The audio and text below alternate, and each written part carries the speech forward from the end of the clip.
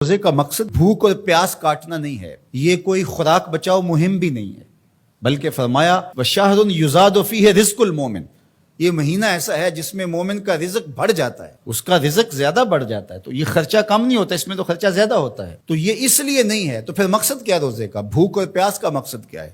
تو ارشاد فرمایا لعلکم تتقون، اتقاء کا نور تمہیں نصیب ہو، تقوی کا نور نصیب ہو۔ اور تقوی کیا ہے؟ محتاط زندگی گزارنا، کوئی عمل اللہ اور اس کے رسول کے بتائے ہوئے احکام سے ہٹ کر نہ ہو، یہ تقوی ہے۔ دنیا میں رہتے ہوئے اس طرح زندگی گزاری جائے کہ دامن کہیں داغدار نہ ہونے۔ رہو دنیا میں، ترک دنیا کا نام دین نہیں ہے، یہ بازیر میں رکھے۔ ہمارا دین ترک دنیا کا درس نہیں دیتا، لیکن غرق دنیا سے بھی بچنے کی تلقین کرتا ہے۔ ترک دنیا بھی نہ کرو اور غرق دنیا بھی نہ ہو جاؤ۔ اب اس کو حاصل کیسے کیا جائے؟ اللہ نے قرآن میں کہا کہ میں روزے سے تمہیں تقوی دوں گا، نسخہ ہاتھ میں آ گیا۔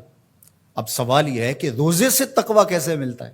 صحیح حدیث میں ہے، بخاری ہے، اذا جاء رمضان سلسلت الشیاطین، جب ماہ سیام رمضان المبارک آتا ہے تو شیاطین جکڑ دیے جاتے ہیں۔ شیاطین جکڑ دیے گئے، تبھی تو مساجد کے دروازے کھل گئے، تبھی تو نماز کا رجحان پیدا ہوا، صدقہ و خیرات کے لیے لوگوں کے دلوں کے اندر مزید نرمی پیدا ہوئی۔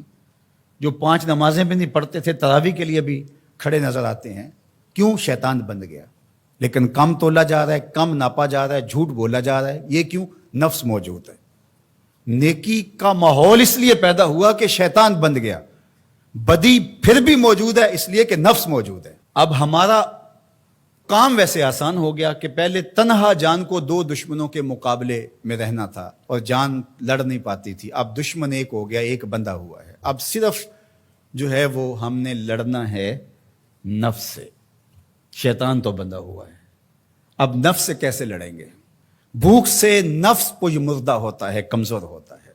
میرے اور آپ کے آقا و مولا حضور ختمی المرتبت صلی اللہ علیہ وآلہ وسلم نے ارشاد فرمایا یا معاشر الشباب من استطاع منکم الباء فلیتزوج، اے جوانوں کے گروہ، تم میں سے جو نکاح کرنے کی طاقت رکھتا ہے دیر نہ کرے۔ اگر مالی استطاعت ہے، مناسب رشتہ مل گیا ہے تو دیر کا ہے کہ نکاح کر لے۔ اور فرمایا اس لیے کہ نکاح نظروں کا بھی محافظ ہے اور تمہاری پارسائی کا بھی محافظ ہے۔ فَإِن لَمْ يَسْتَطِعْ، اور اگر طاقت نہیں ہے، کسی وجہ سے نکاح نہیں ہو پا رہا، فَعَلَيْكُمْ بِالصَّوْمِ، تو کثرت کے ساتھ روزے رکھو۔ فَإِنَّهُ لَهُ وِجَاء، اس لیے کہ روزے قاطع شہوات ہیں، گناہوں سے بچانے کا بہترین ذریعہ ہے۔ تو بھوک نفس کی تہذیب کا بہترین ذریعہ ہے اور یہ روزے سے نصیب ہوتی ہے۔ دوسری چیز، ہر وقت بولتے جانا اور بولتے ہی رہنا۔ جو کثرت کے ساتھ بولتا ہے وہ غلطیاں بھی کثرت کے ساتھ کرتا ہے۔ خاموشی میں نجات رکھی گئی ہے۔ قیامت کے دن سب سے زیادہ لوگ جو پکڑے جائیں گے وہ زبان کی وجہ سے پکڑے جائیں گے۔ حضور نے زبان کو پکڑ کے کہا کہ لوگ اس کی وجہ سے پکڑے جائیں گے، اس لیے اپنے لہجوں کو کنٹرول کیجئے، اپنی زبان کو کنٹرول کیجئے۔ یہ تہذیب نفس کا بہترین ذریعہ ہے۔ اور تیسری بات، العافیت فی العزلہ، عافیت تو عزلت میں ہے، تنہائی میں ہے۔ لوگوں میں جانا، لوگوں سے میل ملاپ اور اختلاط جتنا زیادہ ہوگا اتنی زیادہ آزمائشیں ہوں گی۔ اس لیے جہاں تک ممکن ہو دینی ضرورت کے لیے آپ کو جانا پڑتا ہے، ضرور لوگوں سے ربط رکھیں، لیکن ربط پورا رکھیں، لیکن ربط بھی اچھے لوگوں کے ساتھ رکھیں۔ فرمایا تمہارا کھانا متقی کے علاوہ نہ کھائے کوئی، یعنی جس کی تم دعوت کرو وہ متقی ہو، پرہیزگار ہو۔ اچھے لوگوں کے ساتھ ربط رکھو، نیک لوگوں کی صحبت میں بیٹھو گے نیکی ملے گی، برے لوگوں کی صحبت کے ساتھ بیٹھو گے تو برائی ملے گی۔ تو آئیے میں اور آپ روزے کو اس کے آداب کی رعایت کے ساتھ رکھنے کا عزم کریں۔